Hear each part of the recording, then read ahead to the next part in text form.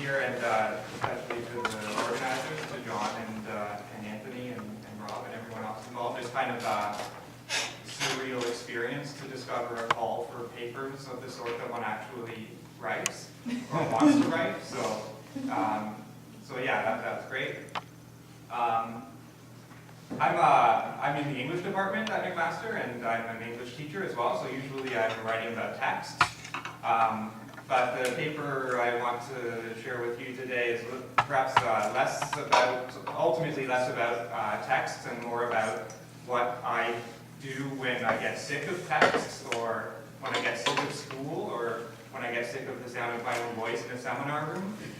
So I don't know, I'm sure all of us, or most of us, generally have those feelings. I'm not sure what you do. I go out looking for deer when I feel that way. And I'm lucky because the campus that I'm on in Hamilton, Ontario, this is on screen now as an image from Google Maps, and towards the bottom left there's the McMaster campus, but above it you can see it sort of abuts like a large area of green stuff, and there's a lot of deer in there. So that's where I go when I feel sick of text. I go looking for deer, and so I think part of what I'm trying to do here is sort of come to some kind of understanding of like what's up with that. Like, why do I think that like what am I looking for when I go looking for those guys? I feel like there's something, I would say, like without thinking about it, I would say that there is something salutary about finding oneself looked at by a deer. But I would say that uncritically, without really thinking about what that means. And so partly what I'm doing here is trying to be critical about that and ask like why, what's so great about getting looked at by a deer and looking back. But I think when I say that too, the other thing I'm doing, and it's the same thing that I do when I post, this is an image of what's above the campus. So this is like a kind of like cliche image of a path disappearing into the horizon bordered by trees. But I wanted to show you instead this a picture of a deer that I posted on Facebook. And I think what I'm doing when I say, like, hey guys, I like to go look at deer, and also when I post images of deer on Facebook, I think part of what I'm doing is asking to be admitted into a category that Jacques Derrida describes as, quote, those men and women who admit to taking upon themselves the address that an animal addresses them.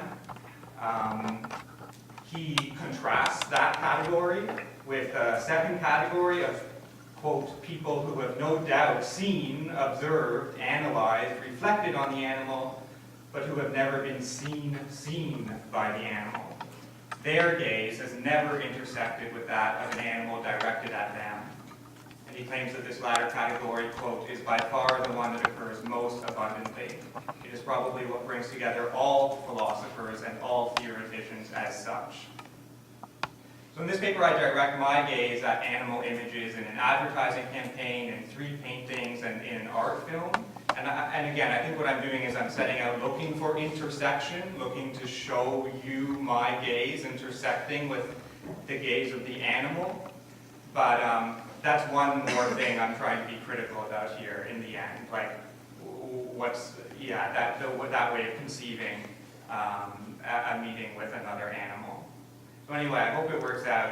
It's divided into 2 parts, and it's structured like in a kind of stream of consciousness fashion, but hopefully it hangs together. So the first part is mostly looking at this advertising campaign by a Canadian telecommunications company called TELUS. They're huge. They're one of the main providers of cell phone service in Canada. So it means that even when I'm looking for deer, I can make phone calls and send text messages on my phone, thanks to TELUS, because they are also my cell phone provider. And for years now, they've had this campaign, a campaign that involves other animals on sort of blank white backgrounds, sometimes interacting with technology, sometimes not, really simple sans serif fonts. So right now on screen are 3 examples of those kinds of images. I guess in the bottom left, what is that, a meerkat? Yes. And in the top right, there's an elephant, which is sort of a departure for TELUS, which you'll see why in a second. And I guess in the bottom right, a bird, perhaps a parrot. But there are countless images like this throughout, like on billboards and televisions and other advertising spaces in Canada. So In this section, mostly I'm just drawing on work already done by Jody Berland and Nicole Shukin, who both analyzed the images of animals that TELUS has so successfully used to sell its services, as well as what gets left out of those images. When what gets left out is, according to Berland, quote, the environmental impact of electronic waste, for example, which is despoiling sizable parts of the globe where these animals roam.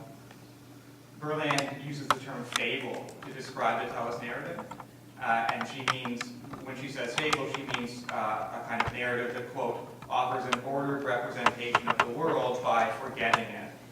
The fable trumps other kinds of knowledge because it disconnects representation, signification, and value. So the characters in this particular fable, according to Berland, are, quote, cheerful. They appear to like us. They do not appear to be threatened or burdened with impending extinction. Their habitats are not destroyed because they have no habitats. Thus, they displace the real suffering encountered by animal species, manufacturers, and toxic waste dispensers in third world countries, and the rapidly depleting biosphere on which they depend. How appropriate, she remarks, that an animal should illustrate a fable. As for what does appear in TELUS's ads, Berland argues that these images are part of, quote, a comprehensive campaign to naturalize the impulse to connect to others through technologies. They promise a sense of attachment and security, which might feel analogous to the, in scare quotes, natural connection between animals and man. Thus, TELUS offers to reconnect technologically alienated humans, not just with others, but with reality. Shukin describes TELUS's promise as, quote, a fantasy of painless communication that depends on animals' ostensibly innate capacity for sympathetic, even telepathic communication of affect, and on their encompassing extremes. In them, quote, virtuality and animality no longer represent contradictory or dialectical poles, but become synonyms for a communicability that is spontaneous rather than mediated. And both authors suggest that something more than reality is on offer too here, something magic. According to Berland, quote, these digitally remastered animals are happy with their newfound connection with humans. This happiness declares that something more compelling than cyberspace is now emerging, something magical, something personal you can carry with you. And this is why she suggests most of the animals, with the exception of this elephant, most of the animals depicted are small. Quote, these species are all mobile in relation to the human body. That is, we can imagine picking up and carrying any one of them like a telephone. In fact, in TELUS's semiotics, quote, phones become pets and animals become media of communication.